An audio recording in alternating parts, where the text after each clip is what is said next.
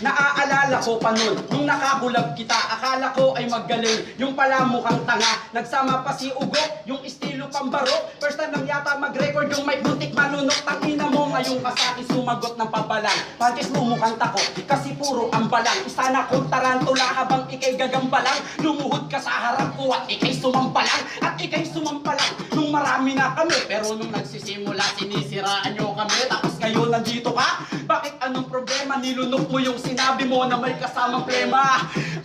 Hindi ka ba nahihiyak? Sa sobrang kapal niyan, mawawalan ka ng mukha. Nung laban mo kay Rose One, hindi mo ba nahalata? Niluto lang ng murado, kaya medyo malata. Kaya ngayon ay bababa ang tingin nila sa'yo. Isang baguhan lang pala ang magpapatyok sa'yo. Kaya pagtapos ng batay, si Rose One napailing. Ang pagtutok ba sa laban, ba siya ng magaling? Kaya huwag kang magpiling na kaya mo na lahat yung verse mo. Walang kilo kasi hindi mabigat. Kaya ngayon ikay sibak parang nagmaoy sa trabaho. Di mo ko maiilang, kabisado o laro mo. Simulan sa cool pa lang, akin na yung napuna. Kada bitaw ni tanga, inuulit niya diba ang mga letra para masabi lang na double meaning. Ang tawag ko sa estilo mo bugok ay double boring. Oo, boring talaga, kaya wag kang sumigaw sa sobrang boring. Kaya ka binangsagan na butaw ni Last One. Iyo pa bang natandaan? Mukha ka kasi Totoy kaya pinaglaruan. Totoy pinaglaruan, wala bang nakaintindi? Totoy pinaglaruan, isip bata ka kasi. At wala akong pake, kahit mag-rebag pa yan, di mo ko masisindak. Kahit mag-react pa yan, kaya ngayon bagsak na yan. Parang estudyante na bobo, sumagot kasi ng pambalang sa rapper niya na maestro. Kahit na anong gawin mo, malabong maging pasado. Alam mo ba kung bakit?